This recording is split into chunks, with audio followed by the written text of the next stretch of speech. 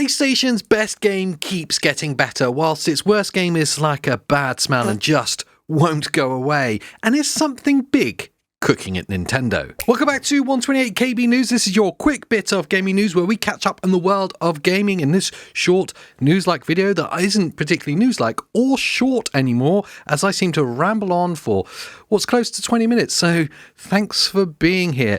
And what a week in gaming it's been. Another jam-packed week filled with Xbox seemingly deciding that they just want to self-implode all the time. PlayStation's bad smells won't go away. And yes, I fail at YouTube once again. Of course, it is the Xbox Partner Direct, or whatever they call it, Partner Developer Direct. I don't know what it's called anymore, but that's happening, well, tomorrow. So today for you, which means once again, I've timed this video terribly. And when I finish recording it, I'm going to go off and cry into the corner about how much I suck at YouTube. Go AJ. But let's jump into that first story of the week, and this is Xbox seemingly wanting to grab all the bad news stories all of the time, despite the fact that they are doing some good things. They seem to go ahead and do something bad that's going to make everyone angry, and that is them removing the $1 or £1 Game Pass trial ahead of the Black Ops 6 launch. Of course, Black Ops 6 is launching next week, October the 25th, and it is available to play on Games Pass for Game Pass subscribers. So, big deal for us who have Games Pass. And for those of you that are kind of sitting on the fence, or perhaps wanted to get 14 days of playing Black Ops 6 for just $1, well, sorry, you're going to be out of luck, because Microsoft have decided to pull that game trial ahead of its launch. Now, they have done this before in the past. We saw it with the Starfield launch. Ahead of that, they removed the free or the low-cost trial for Games Pass. And it kind of makes sense. I get it. Games Pass and Call of Duty being on it is obviously going to be a big draw for them and a big reason for them to grow their subscribers. So removing the free or very low-cost trial is obviously a way for them to stop people just playing the game for $1 for 2 weeks. But it does come across as a little bit of a bad news story. And once again, it's relating to Xbox. They just seem to grab the bad headlines wherever they can. But of course, like I say, it's no surprise. Black Ops 6, Call of Duty in particular, is obviously a massive draw. And they are obviously going to be losing a certain amount of revenue by so many people playing it on Games Pass. All those $70 sales that they would have had are seemingly going to go away with so many people playing it on Games Pass. So they need to capture as much of that as they can. And they've removed that $1 trial. Go Xbox. But let's lighten the mood a little bit and then talk about PlayStation's best game. In fact, the best game on PS5. And that is, of course, AstroBot. Yep, it's AstroBot. It's the best PS5 exclusive there is. And this game just keeps getting better. We are now seeing, off the back of the announcement, of course, that there was going to be DLC in different games modes coming. We've also seen that there are going to be 5 entire new levels dropping for this game, starting today for you, tomorrow for me, because you're time travelers somehow. And there's going to be a new level dropping every week for 5 consecutive weeks. 5 entire new areas to play in for AstroBot. That's fantastic. And inside each new area, there's going to be 2 bots in which you can rescue or interact with, whatever it is you do in that game. It's not like I've played it that much. It's really great to see a game of this caliber getting supported so well by PlayStation. It's no surprise, I'm sure, but it really is what PlayStation should be about. A game of that style. A single-player game that's just full of fun, and it's fantastic to see them continually support it and continuing to make this game better.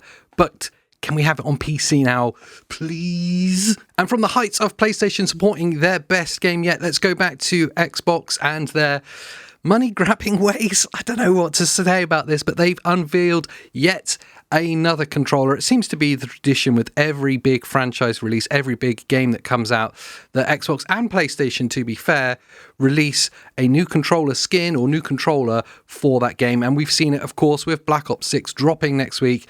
Xbox have released the new Xbox controller and Xbox skins. Now, I'm kind of in 2 minds about this. Firstly, it feels like a absolute money grab. But then secondly, I look at it and go, that looks sick. I kind of want it. I'm such a sucker for new shiny things, for that Xbox wrap. It looks amazing. The controller looks cool. I'm a sucker. I know it. And I know what I'd do. I'd buy it. I'd put it on a shelf and stare at it and go, yeah, That looked cool. So please stop me from buying it in the comments below, please. I need your help. And from one ridiculously attractive money grab to the next, that is Nintendo, and their next-gen hardware has been announced. I would have that as a clickbait title if I could film these videos in a timely manner, but I can't, so I won't, so leave the hate at the door. I am, of course, talking about the Alarmo, a $100 alarm clock available only to Nintendo Switch Online members and those lucky enough to go to the Nintendo store in New York. It's here. It's $100 or £100 for a Nintendo alarm clock. I don't know about this. It's not for me, but I know one person very close to me at 128KB who would definitely want it and will definitely find a way to buy it for no reason. He'll justify it by saying something like, I'll end up making a video about it, AJ. It'll be really cool. And I'll say, no, Andy, I'm not buying it for you. Yes, Andy definitely wants the Alarmo. He is Nintendo obsessed. Of course, not for me though. $100 on a Nintendo alarm clock. You can leave that one on the shelf, thanks. Okay, we are steaming through these stories. These are the small ones right at the start, and I want to talk about that bad smell that PlayStation leave behind them that won't go away. Yes, Concord. Remember Concord? How could you forget Concord? The $400 million game that less than 25,000 people bought to play for less than 10 days seemingly won't go away. Over the past few weeks, there has been over 20 updates to Concord on the Steam database. Weird. Considering the fact that this game was canned and everyone was refunded, why would the developer and PlayStation themselves be updating this game so regularly? It is a bad smell that won't go away. There's a lot of rumours circulating around this. Firstly, I will say that Firewalk Studios and PlayStation, the publishers themselves, have not said anything about this. So this is all hyperbole and rumour, but that rumour is that Concord might come back. Wow. It's likely to come back as a free-to-play game, obviously, because who the hell's going to buy it a second time? Maybe there'll be a massive overhaul to it and they just want to keep the franchise alive. But either way, rumours aside, it is for certain being continually updated, and that is viewable on the Steam database. Over 20 updates in the past 2 weeks. Very interesting to see what's going to happen here. It's almost certainly going to make a comeback, and it'll almost certainly be a free-to-play game, which, let's be honest about it, it kind of should have been from the off. That kind of game is made for free-to-play, that live service thing. The fact that they wanted to charge money for it, I think, was an accident that happened off the back of the success of Helldivers 2.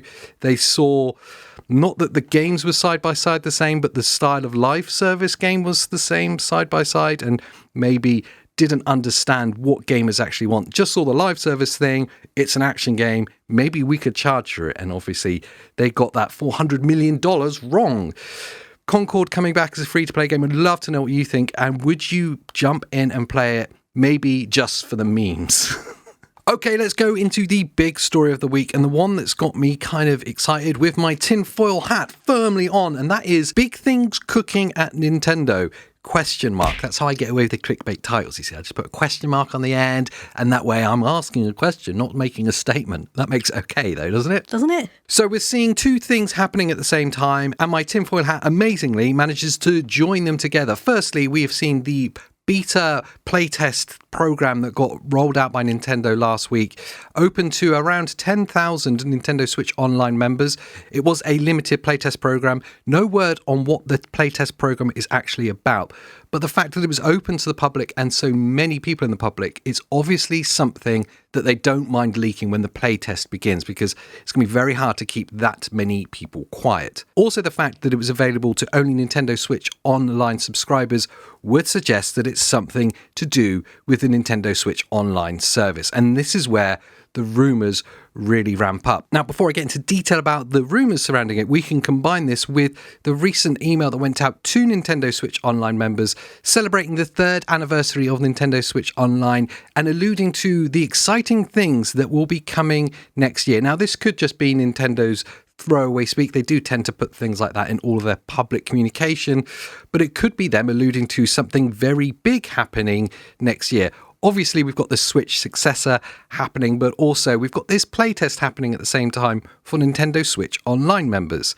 Now, this is where the rumours come in, and my tinfoil hat starts to get hot and vibrate on my head. Why did I say vibrate? I don't know. Now, the rumours are this is either going to be GameCube and Wii games coming to Nintendo Switch Online, and this was kind of added to by the fact that a recent firmware update to the Switch rendered GameCube adapters, controller adapters, useless. So the thinking is that there's going to be GameCube games coming to Switch Online, and alongside that, there will obviously be a Nintendo Switch GameCube or Wavebird controller coming with it. But equally, this could be, and it could be in combination with cloud streaming. There's been a lot of talk of cloud streaming coming to Nintendo Switch Online, and perhaps if they are starting to roll out GameCube and maybe even Wii games on the Switch Online, that they'll utilize streaming as part of that. Maybe to help utilize some of the more technical emulation that's needed for those more modern systems and to take some of the heavy lifting away from the Switch itself. And to make the whole process of emulation easier if it's all controlled via, obviously, a server. But either way, the combinations of these things have got the rumour mills running, and that just seems to be the way with Nintendo at the moment, where there's no news and there's a vacuum of information. All of us game commentators tend to fill it with our own stories, and here's one of them. I'm saying it. GameCube games coming to Switch Online very soon. That's what the playtest's for, and they're going to be streaming the emulation to make it easy for everyone to use on the Nintendo Switch and the Nintendo Switch 2 when that does happen.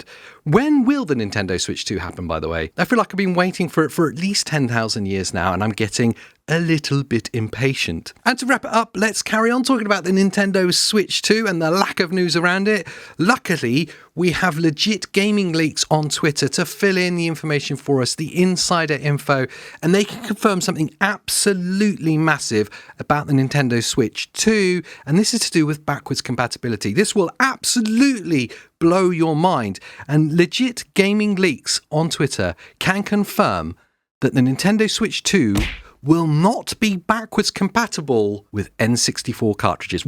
I mean, it's good to know. I'm glad they're out there doing the heavy investigative work for us and finding stuff like that out, because for one, I did think that perhaps N64 cartridges would be able to cram into the top of the Switch 2 somehow. I love it.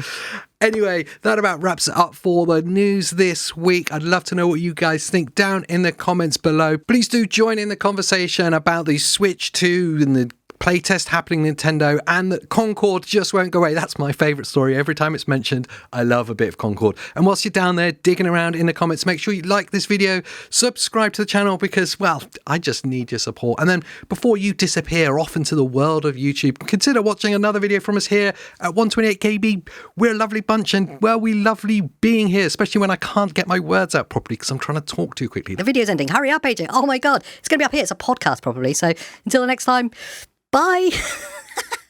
Starting recording.